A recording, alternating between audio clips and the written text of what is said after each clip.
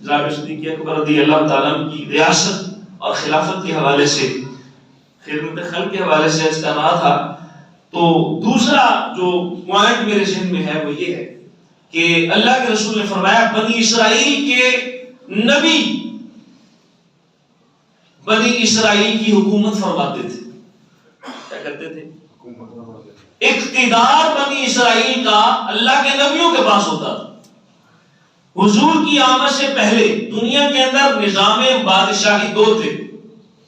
ایک وہ تھا جو ظالم بادشاہوں نے اپنے طور پر نظام بنایا تھا، اپنے اصول تھے، مطلق العنان، نہ کوئی پوچھنے والا، نہ کوئی روکنے والا، نہ کوئی ٹوکنے والا، جو دل میں آتا جیسا چاہتے کرتے. اسے بادشاہی کہا گیا. اسے کیا کہا گیا؟ بادشاہی.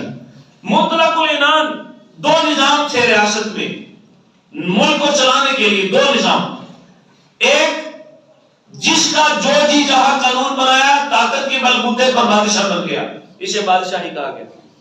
اور ایک قانون یہ تھا کہ اللہ کے قوانین کو لے کر ان قوانین کو معاشرے میں نافذ کرنا. آپ میری طرف دیکھیں، لائٹ کے آگے پیچھے ہوتے رہتے ہیں معاملہ. دوسرا قانون یہ تھا کہ قرآن کی اور اللہ کی تعلیمات کو معاشرے میں نافذ کرنا، اسے خلافت کہتے ہیں. یہ کون سا نظام تھا؟ نظام خلافت. یہ کیا تھا نظام؟ نظام خلافت تھا. اللہ کے قوانین کے مطابق ریاست کے معاملات کو چلانا یہ خلافت تھا. اب اللہ کے نبی چونکہ ڈائریکٹ اللہ کے خلیفہ ہوتے تھے، اس لیے وہ کہلاتے تھے خلیفۃ اللہ. اللہ کے خلیفہ کیا کہلاتے تھے؟ اللہ کے خلیفہ. نبی پاک صلی اللہ علیہ وسلم نے مدینہ کی ریاست میں حکمرانی فرمائی اور ایسے بے تاج بادشاہ ہیں کہ بیٹھے زمین پر ہیں، چرچے عرش بری پر ہیں. یہ ہے اللہ کے خلیفہ. رسول کیا ہے؟ اللہ کے خلیفہ. اب چونکہ رسول پاک پر نبوت ہوئی ختم، آپ کے بعد قیامت تک کہیں کوئی نبی رسول نہیں آنے والا، نبوت ختم ہوئی. اب آپ کے بعد جس نے اس انتظام کو سنبھالا کہ اللہ کے قرآن کے مطابق، نبی کے فرمان کے مطابق ریاست کو چلایا جائے، نظام ریاست کو سنبھالا جائے، نظام ریاست کے سارے معاملات کو سمیٹا جائے اور معاملات کو بہتر طریقے سے چلایا جا سکے، وہ سب سے پہلے حضرت ابو بکر صدیق رضی اللہ تعالیٰ عنہ ہے. اب یہ بنے خلیفۃ الرسول. وہ تھے خلیفۃ اللہ، یہ بنے خلیفۃ الرسول. کسی نے آواز دے کر کہا یا خلیفۃ اللہ، ابو بکر صدیق نے فرمایا نہیں، وہ خلیفۃ اللہ تھے، ہم خلیفۃ الرسول ہیں.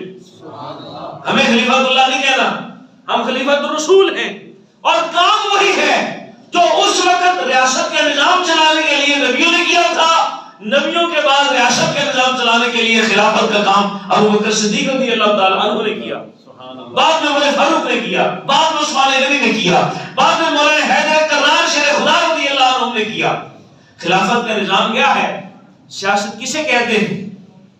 اگر تو سیاست جھوٹ، فریب، دھوکہ دہی، عیاشی کا نام ہے تو پھر اس سیاست کا نہ مسجد سے تعلق ہے، نہ مولوی سے تعلق ہے، نہ دین سے تعلق ہے.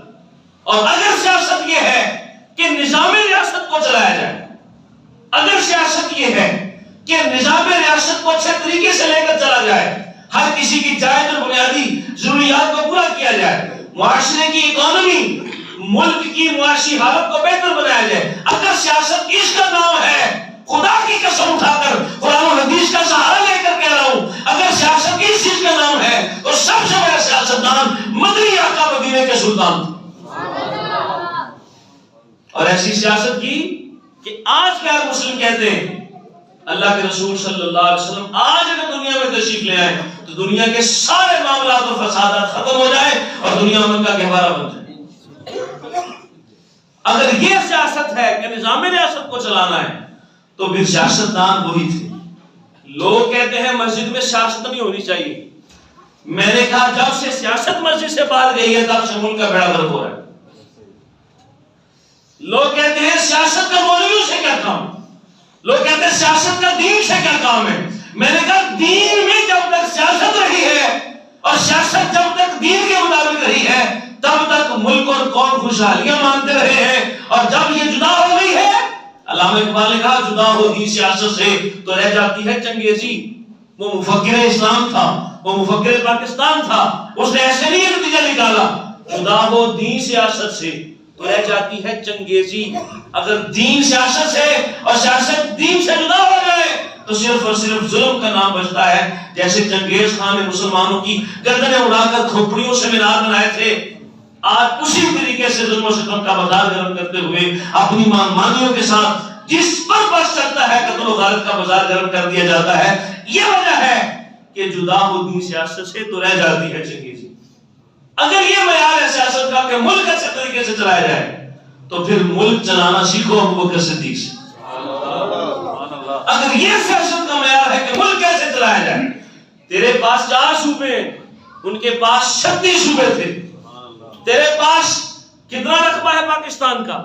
24 کروڑ مربع میل، 86 کروڑ مربع میل، اتنا رقبہ ہے. اللہ اکبر کبیرہ. یعنی پاکستان کی جتنی زمینی حدود ہے عرب کی ایک ریاست میں سمیٹی جا سکتی ہے، اور عرب کی 7 ریاستوں پر مسلمانوں نے حکمرانی کی. عرب کی 7 ریاستوں پر عمر فاروق کی حکومت کا بھی سکہ چلا، ابو بکر صدیق کی سیاست کا بھی سکہ چلا، اور ان کی نظام زندگی میں کبھی کسی نے کسی کی شکایت نہیں کی، کبھی کسی پر ناجائز ظلم نہیں ہوا. اگر ہوا ہے تو کڑا حساب لیا گیا ہے، اس لیے کہ ان کے ایک ہاتھ میں رب کا قرآن تھا، دوسرے میں نبی کا فرمان تھا. اس لیے کہ ان کی سیاست اپنی ذات کے لیے نہیں تھی، ان کی سیاست ملک و قوم کی خدمت کے لیے تھی. ان کی سیاست دین پر مشتمل تھی، اور یہی کام اللہ کے نبی بھی کرتے رہے. اب آئیے نتیجہ دینے لگا اپنی گفتگو کا. اللہ کے رسول نے اپنی زندگی کے اندر مصلی امامت پر کھڑا کیا ابو بکر صدیق رضی اللہ تعالیٰ عنہ. یہ تھا دینی پہلو. کیا تھا؟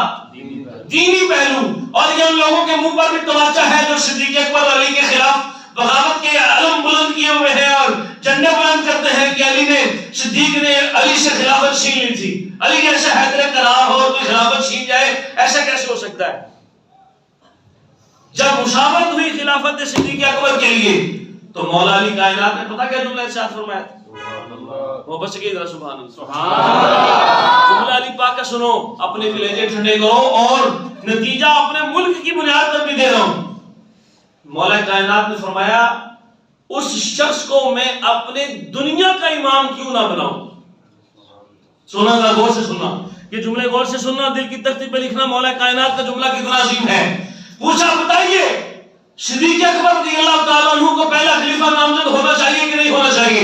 7 صحابہ کی 8 صحابہ کی مجلس سے چھوڑا، جیّر صحابہ کرام، عظیم الشان صحابہ کرام موجود ہیں، اور خلافت کے لیے نام منتخب ہونا ہے کس کو خلیفہ بنایا جائے. تو مولا کائنات نے ساری باتوں کا نتیجہ پیش کر کے خلاصہ ختم کر کے ابو بکر کو خلیفہ بنا دیا.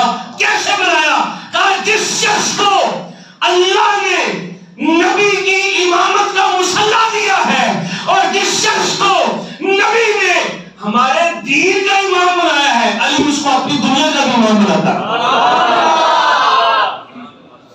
جس کو نبی نے اپنے دین کا امام بنا دیا، نمازوں کا امام بنا دیا، جس کو نبی نے امامت سونپ دی دین کی، علی اس کے لیے دنیا کی امامت بھی قبول کرتا ہے. یہ قبول کر دی گئی. اور آخری جملہ، رسول پاک نے اپنی زندگی میں نام لے کر منتخب کیوں نہیں کیا کہ میرے بعد ابو بکر ہوگا، پھر عمر ہوگا، پھر عثمان ہوگا، پھر علی ہوگا؟ یہ حکمت ہے. کیوں نام نہیں لیا جناب صدیق اکبر رضی اللہ تعالیٰ عنہ؟ پتہ کیوں نہیں لیا؟